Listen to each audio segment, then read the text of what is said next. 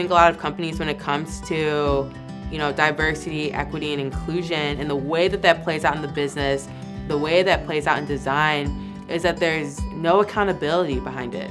I think a lot of corporate companies and cultures are like this, where they publicly preach about valuing these things, prioritizing these things, but they don't have the resources, they don't have the systems or the right personnel in place to actually do this work. This work is hard.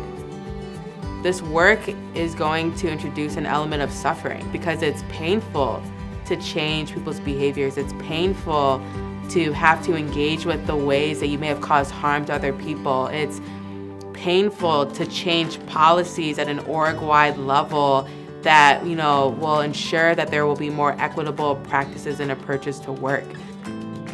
As I started to do more research, talking to other professionals, and hearing a little bit more about what they felt like was missing from UX education, I started to see more of this vision come to life. This space where we could talk about deeper, more complex, human-centered issues, and how does it relate to and impact UX in the tech industry.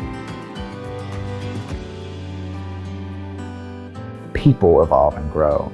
We cannot expect systems and processes and ways of living and doing things that worked 50, 60, 100 years ago to work now and to work in the future. As a manager, you would need to think long and hard about what that actually means. If one of my employees, if someone starts talking negatively about them because they were bringing up their opinion and representing what they believe, how are you going to respond?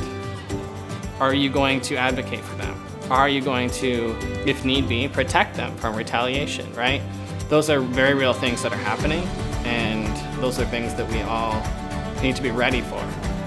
And to thinking about user experience as a field that is at a moment where we need some real shift in the voices. Vivian's approach is very much a solidarity approach. And I love the idea of sometimes, joy and rest are part of resistance. And then at times it's about advocacy and abolition and activism. And sometimes it's about the small moments in our relationships with people at work.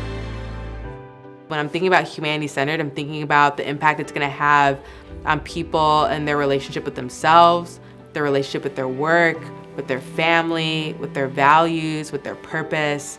And I think that's a beautiful and powerful vision. And I'm excited to see where this goes.